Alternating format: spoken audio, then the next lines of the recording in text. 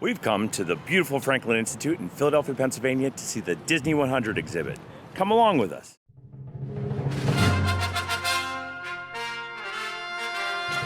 As you can see, we are here at the Franklin Institute here in the beautiful city of Philadelphia just to see the Disney100, the exhibition.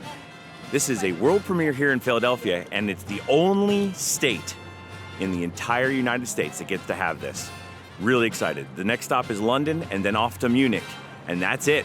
As you can see, I have the beautiful Philadelphia skyline behind me as we are heading over to the Franklin Institute to head on in.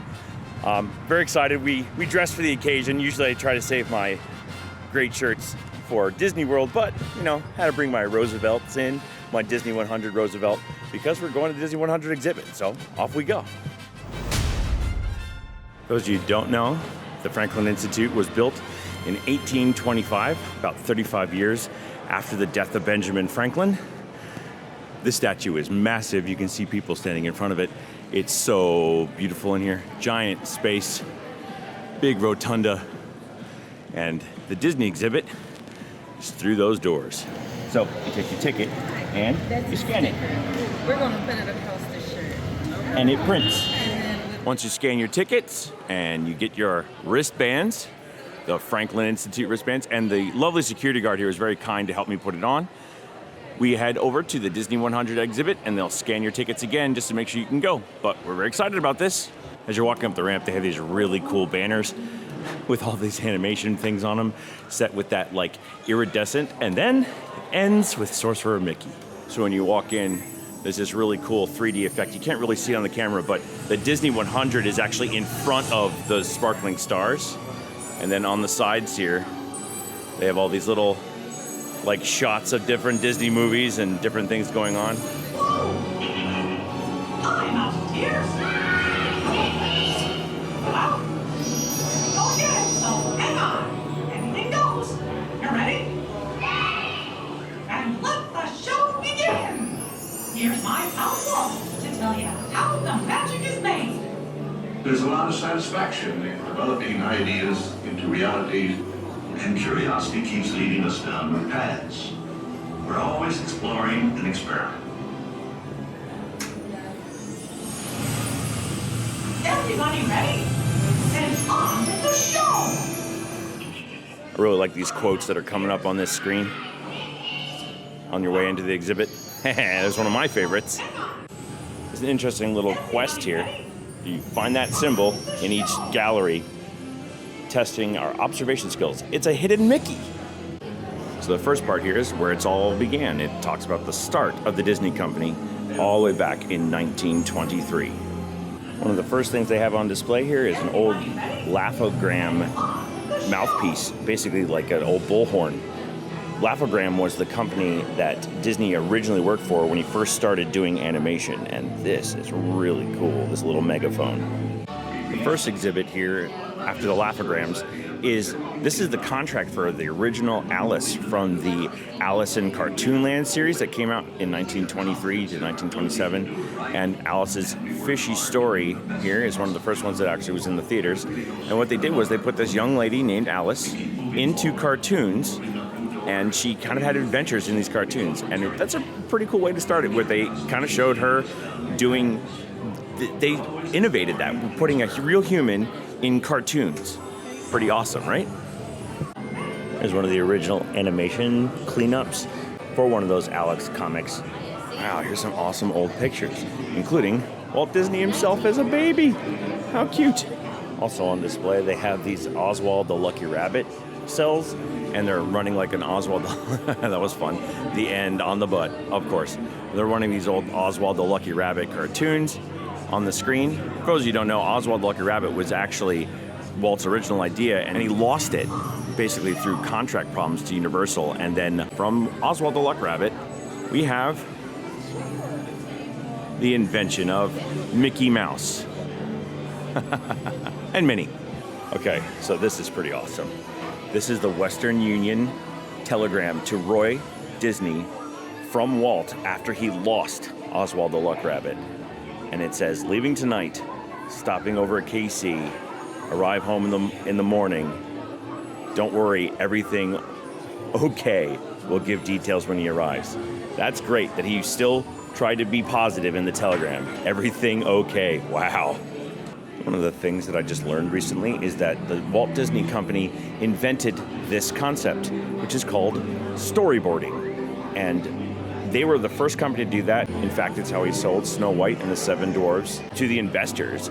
But he did it through storyboarding. And now pretty much everybody in Hollywood does it. But Disney did it first. Underneath these really cute Mickey Mouse cartoons is actually a hand drawing of Mickey Mouse by Walt Disney himself. Oh my God, that's awesome.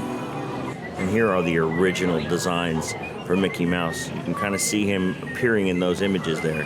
That is really cool. I just learned a fun fact. This is actually kind of funny. I did not know that Pluto was unnamed originally and then was called Rover in his next appearance. Just learned something about Pluto. That's cool. On display, a reproduction of the original color cells of flowers and trees from Silly Symphonies. That is so cool.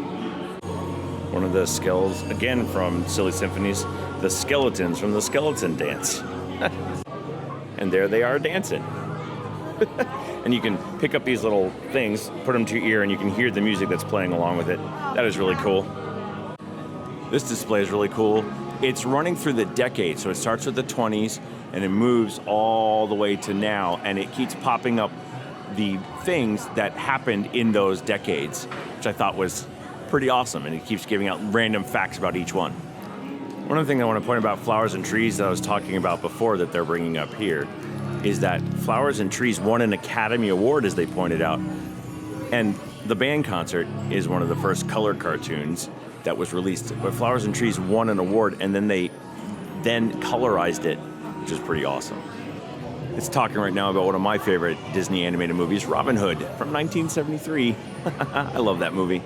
Next section, where do the stories come from? Hi, Tinkerbell. Michelle just pointed out that she and I are both older than MTV and the Disney Channel, which we just learned from that timeline. Speaking of finding really cool things, this is the actual book that they flip over in Snow White. That is incredible. Oh my God. Here is some concept art for Snow White and the Seven Dwarfs, including some color. Those are really, really awesome. Remember that hidden Mickey? I'm only going to show you this one because it's the first one. It says, in what year did Disneyland open? The answer is 1955. Let's see if I'm right. Yep, 1955. But you look for those and they're going to ask you questions and then give you a little fact on the other side. And they're all over the exhibit. One of the things that Disney was very famous for was using real-life actors to portray the things that they're going to animate and to do the actions that the animation was going to do. And so they would put them in outfits. This one is for Pinocchio, for the animators to follow. So up here we can see some screens, but down here we have a book. When you flip the pages in the book, the page up there flips and you can see what they're saying. And these are the pages for Sleeping Beauty. Oh, wow. Here's a cleanup animation for Maleficent from Sleeping Beauty and the actual Sleeping Beauty prop book. Oh my goodness. Look at all the detail in that. That is so cool. This is the actual glass slipper from the 2015 live-action Cinderella movie. That's pretty. They have such great displays right now in this room. This is really kind of fun. The Cheshire Cat keeps appearing on this little wall here above this Alice in Wonderland concept art. And he just keeps popping up randomly, coming in on different spots on the wall. There he is. There he is, coming in. Gotta love Cheshire Cat. That's the Mary Poppins snow globe, the actual one from the movie. As well as one of the carousel horses. Wow. Michelle, there's still more exhibit, wake up. Oh, wow. Look at that. This is the Winnie the Pooh doll from the 2018 movie Christopher Robin. That is so cool.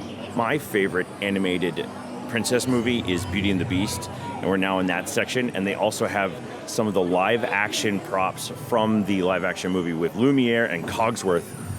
That is pretty. Little display here for our 3 most recent princess movies. We have Princess and the Frog, Frozen, which technically they're not Disney princesses because they work on their own more than they do as a Disney princess. So they're actually not classified as a Disney princess. Frozen is its own thing. And then Rapunzel with Tangled. Very nice. The next section is the illusion of life. Those of you who want to know how tall I am, 6'3". Almost as tall as Mr. Incredible. Nothing captures Michelle's attention like a display on The Little Mermaid. This next little exhibit is kind of fun. Colors make the characters. So basically you come down to these color panels and you have to pick what character aligns with it. Like, my guess for this one is Cinderella. Ooh, that was a good guess. I'm not very good at the rest of this though. Mowgli? Okay. Peter Pan. Oh, Robin Hood, it's my favorite. Oh no. That's really cool. This one's gotta be Peter Pan. Yes. All right, cool. So you flip them over, it tells you who the colors are. That is a really awesome little game that they have here. This dress is the actual dress worn by Ali E. Carvalho from the live version of Little Mermaid they put on stage live on ABC. That's really pretty.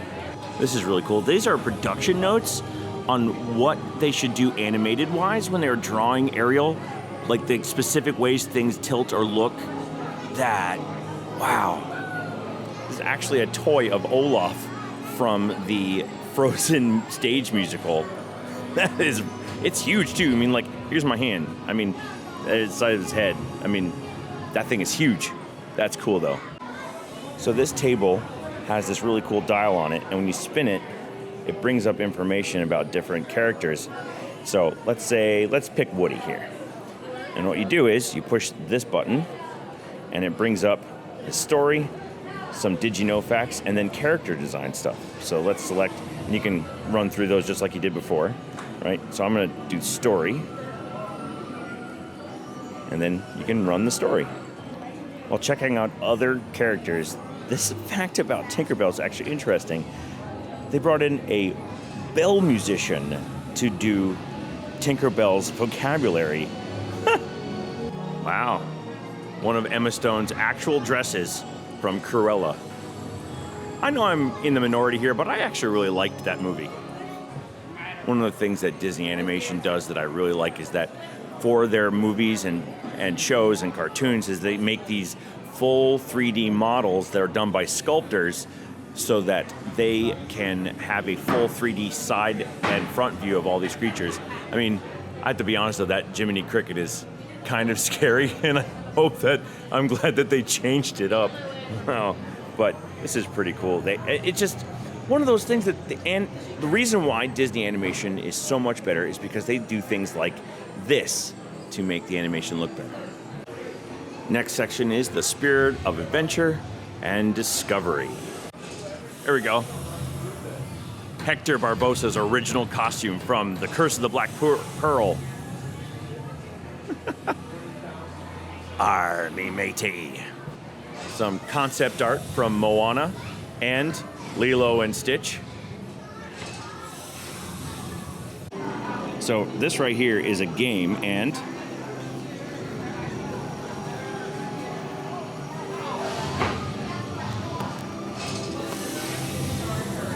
when you win, it lights up that box and you can see the actual compass from Pirates of the Caribbean.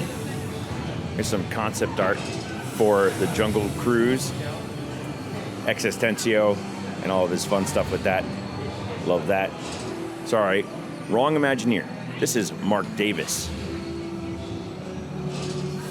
I always get those two confused, but Mark Davis was an amazing animator and storyboard artist for Walt Disney and the Imagineering department. And these are great. I love them. One of the Congo Queen, like basically basically a model of what the boats would look like on the Jungle Cruise. And then because Disney likes to make real life things, Emily Blunt's outfit from the Jungle Cruise movie. How about the actual Nautilus prop from 20,000 Leagues Under the Sea? Look at the detail work just in like the riveting and the glass. Oh my God. This display is so cool. We've gotten into the Star Wars section. These are the actual dice that used to hang in the Millennium Falcon. And Michelle's favorite, the Porg. It's so cute, right? Ran over here to see it. And she ran over here to see BB-8 too. That is really cool. There you go. This is the lightsaber actually used by Daisy Ridley portraying Rey. Wow. May he rest in peace. This is the actual costume worn by Chadwick Boseman in Black Panther, including his sneakers. There's Thor's helmet from Thor. There is Ajax's helmet from the Eternals. Star-Lord's helmet from Guardians of the Galaxy. The original Iron Man mask. Ant-Man. And Loki. And I had to back up. That one's so huge. Actually used in screen. And Captain America's shield. We're entering the segment that speaks to me the most, the magic of sound and music. How about Amy Adams' actual dress from the movie Enchanted? Very, very well designed. Look at the embroidery work on that. I mean, that's a lot of work for a dress for a movie. That is so amazing. Okay, this is really, really amazing. This is the actual sheet music for Whistle While You Work. I mean, whistle while you work. Oh my goodness. Actual sheet music. It's the actual sheet music, not a reproduction.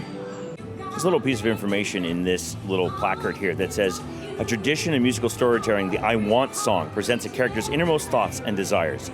That is something I actually heard about from a talk with Howard Ashman and Alan Menken, the people who did the music for Beauty and the Beast, The Little Mermaid, and it's a very fascinating thing about what do they actually want. And this is really kind of cool that they have it included in this display about the music. So this is a cleanup animation set for the Three Caballeros.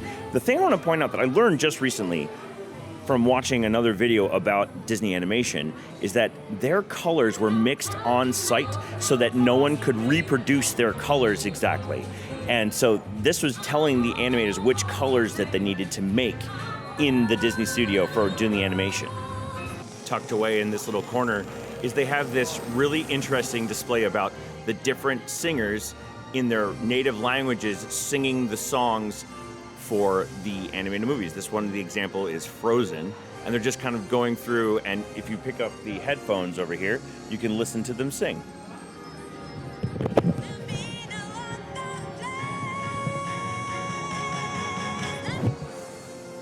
Cool, right? Wow, a Mouseketeer guitar. This one's actually used by Jimmy Dodd. By the way, who wrote the Mickey Mouse alma mater? Now it's time to say goodbye to all our company. Yeah, that song, written by the same guy who played this guitar, Jimmy Dodd. Here you go. This is the actual whistle that made Steamboat Willie. So if you wanted to hear it, you just pick it up. But this whistle was actually pulled out of the archives to make the sound for the train in Mickey and Minnie's Runaway Railway down in Disney World 2. Do you remember that bell artist that we were talking about before? These are some of Tinkerbell's speaking bells on display. This little video here just pointed out that brake drums were actually used that were tuned to be the bells of the Big Ben in London in Peter Pan. I didn't know that. By the way, this whole display is kind of just showing how they made different sound effects. Foley artists, as they're called, the ones who make the sound effects, they just come up with such incredible ideas. Like Ben Burt for R2-D2, and the blaster shot is actually him like tapping a wrench on a taut wire and putting a microphone on the wire. So like the things that Foley artists come up with, like using glass bottles for the pick sounds in Snow White. This is the Mufasa costume from Broadway. Michelle and I actually got to see this on Broadway. There was an interesting thing that happened while we were there. You want to look it up, just look up Pathfinder Gasoline Broadway, and you'll find out. We were there for that, in the theater, the day that happened. Okay, I know I'm geeking out because I'm a band director, but this is actual sheet music to Yo Ho, Yo Ho, A Pirate's Life for Me by Exhbit. Now I've got my Imagineers correct. Exhbit wrote this and also wrote the Ghost Host script. He was an excellent writer, and Disney just walked up to him and said, "Hey, X, write me a song." And this is what he came up with. I love that song, as seen by the fact that I sing along with it on the ride like this. Yo ho, a pirate's life for me. Hey, Michelle, I see you taking a picture of It's a Small World. That means you like it now, right? Right? No? So over here, if you want to take a little bit of time in the exhibit, you can listen to music from all throughout the Disney music series, all kinds of stuff. I just want to point out something, that there's an ad up here for one of my favorite movies, Black Hole. Right there, Black Hole. I love that movie. If you haven't seen it, check it out. It's creepy and weird, and you will never believe that it came out from Disney. The music is awesome, too. So the exhibit continues up this little ramp to the second floor. Here we go. After going up the ramp, the next part is the world around us. One of the things about Walt Disney, a lot of people don't know, is that he was a big animal lover and live animals and nature preservation. And so this idea of having the Grand Prairie or chimpanzee in these Disney nature series, or even the fact that he took trips to South America, and these pants were actually gifted to him in South America, and these are actual items that he took on that trip to South America. And they have it on display here. Walt Disney actually wore these pants. This is crazy. It was very important to Walt Disney again about nature, and so when he started designing the parks, he also made sure that nature was involved in the parks. And these are some concept art for Disneyland with the Matterhorn and the layout with the gardens and the parks, and also with Big Thunder Mountain and the river, and of course, Animal Kingdom. Not one of Disney's designs, but good old Joe Rohde can't try to keep that going. And speaking of Joe, there he is on the screen with his magical earring. Some concept art here for out of this world adventures in nature. We have Navi River Journey, and we have the Pandora area of Animal Kingdom, Moara Valley. Moving on to our next, it's Innoventions, which, by the way, used to be a really cool place to look at in Epcot. Another Imagineering legend, Marty Sklar, made this really great quote. Walt Disney had one foot in the past because he loved the nostalgia, and one foot in the future because he loved the technologies that enabled him to create new magic. That's a really great way to describe the things that drew me to Disney, is the fact that that's the way it felt. It had nostalgia, and it had a look to the future. I love it. Thanks, Marty. So again, like I said before, Disney was one of the first companies to ever storyboard, and now it's standard in all of Disney animation and movies and most of Hollywood. But this is a great set of storyboards for In the Bag, which is a really funny little short cartoon that they did that was all about cleaning up in nature. All right, this is cool. This is a piece of Disney history. This is the piece that Walt Disney picked up in New Orleans that had little animated birds in them that gave him the idea for the tiki room. This is the one that was on his desk. Oh, wow. And this freak show, amazing thing, is the face of Lincoln from Great Moments with Mr. Lincoln from the World's Fair, 1964-1965. Little fun fact about this guy is that people thought he was so lifelike looking that they were throwing pennies at him to make sure he didn't flinch because they thought it was an actor. And here is how Mr. Lincoln was controlled. This is the actual audio animatronic programming console from the 1970s for controlling creatures like the ones on Carousel of Progress or things like that. This is how they program them. They use these very extensive panels, and it's even down to like hand and finger movements. This is a more modern animation box from the one we just showed you, and it is controlling this hand. And if you adjust the dials here, it kind of changes the actions that it does. There we go. Okay. Huh. Awesome. Here's another animatronic head from Hall of Presidents. These things are so freaky when they're pulled apart, but just look at all the detail work that went into making that thing work. Over the weekend, Herb Ryman, which is another one of the major Imagineers, and Walt Disney made this map of what they were looking to do at Disneyland to bring to investors in the bank to say, hey, look, invest in this. We have a great idea. This was done over a weekend. This is crazy. Look at the detail work in that. If you want to see something crazy, aren't you glad this is not your desktop computer? This computer was used at Pixar in 1988 to animate their videos. Look at how huge that thing is. That's a desktop computer. Can you imagine that? Just like I was just joking about with that Pixar computer. Michelle just sent me this. Our phones have more processing power than that computer that was on this that I was just showing you. And now it's time for your Disney World. Woohoo! This is an original Matterhorn bobsled. I just want to point out something that I happen to notice in here. There's no safety restraints. You're just like, hold on. Wow. Concept art for the original Disneyland Main Street USA. Look at this. Oh my gosh. Look at the detail. Look at the Crystal Palace detail. Look at that. Oh my goodness. Look at all that. That's incredible. First off, we have the original ticket books that they used to sell for admission. And employee badge number 1, issued to Walt Disney himself. This is an actual costume worn by Minnie Mouse for the 50th celebration. That's really cool. But right next door is this engineer Mickey. There's a famous picture of Walt Disney, I will throw it in right now, holding that actual Mickey Mouse as he was riding the Disneyland train. This is cool. I love It's a Small World, but I have this awesome yet creepy fact about them. I'm gonna get a little closer. You notice that the hair is actual wool yarn. So, little creepy fact that we learned while we were on the Keys to the Kingdom tour is that they actually have to trim the hair on the ride animatronics because the water makes that grow. And that just makes that ride extra creepy because their hair grows. But I still love that ride.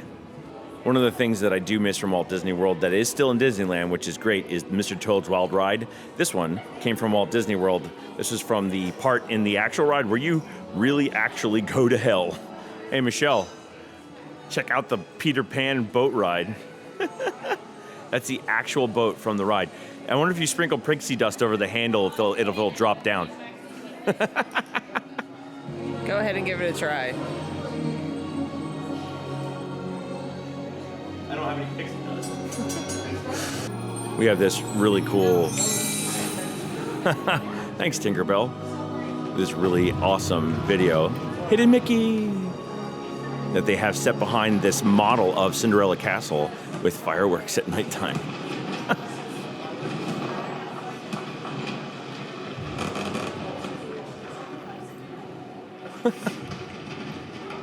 Yay!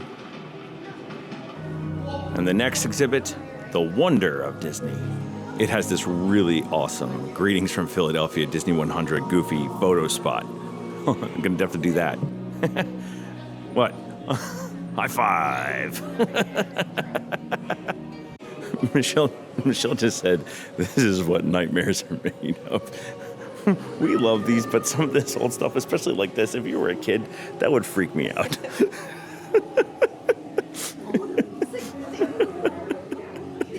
It's kind of freaky. She's not wrong. Like these. I mean, that kid's like, help me, help me. Here's some really fun little props. This is the actual raccoon skin cap of Davy Crockett from the television show that they used to run. Davy Crockett. I just learned something new, that in the 1970s, Pooh ran for president in 1972, and they had like apparently had a whole campaign office for him. I did not know that. Just learned that. He should run in the next election because I'd vote for him. Binford Pate Stripper from Home Improvement, and the Hocus Pocus spellbook, the actual one from the movie.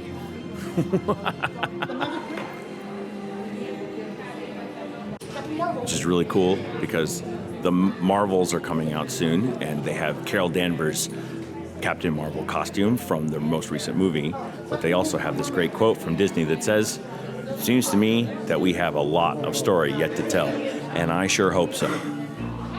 As I've said before in some of my other videos, you should watch the one about the Hollywood Studios after hours party. That neon in the back is great, and I just asked Michelle if I can buy some. She said yes. No, she didn't, but I'm going to say she said yes just because I want them. But, of course, you can't leave any Disney exhibit or Disney anything without walking into a gift shop. So all those little animated wall signs that we passed before are all on sale. You can buy all of these posters. I might pick up that one for my office. Huh. So Michelle just found this really cool sweatshirt. It has Disney100 the exhibition, but check out the back. That is super cool. Huh. Wow. All right. So, Disney100 exhibit. What'd you think? It was a lot of fun. Yeah, I would agree. It was definitely a lot of fun. We're out here outside the Franklin Institute, and it's nothing more Philly than having a Mr. Softy truck over there. So, you want some ice cream? That's where you go.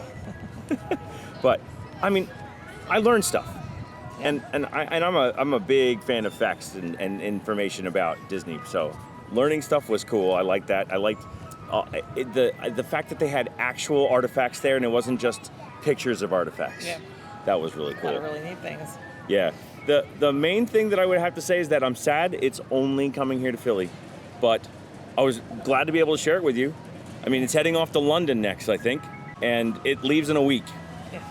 So if you didn't get a chance to see it, you missed out because that was really cool. There's lots of really great displays the whole time. There's Disney music playing in it, and it's here at the Franklin Institute, which is which is a Philadelphia staple.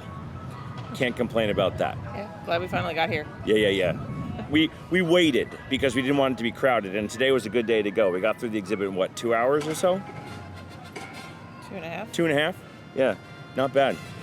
Well, on to more adventures with us and Disney. Thanks for joining us. Hey, if you haven't, what was your favorite part that we showed you today? What'd you learn today? Put it down in the comments down below. Don't forget to give us a thumbs up. Hit the subscribe button because it always helps out our channel. And because we don't like to say goodbye because we're going to see you real soon, we say, see you, bye.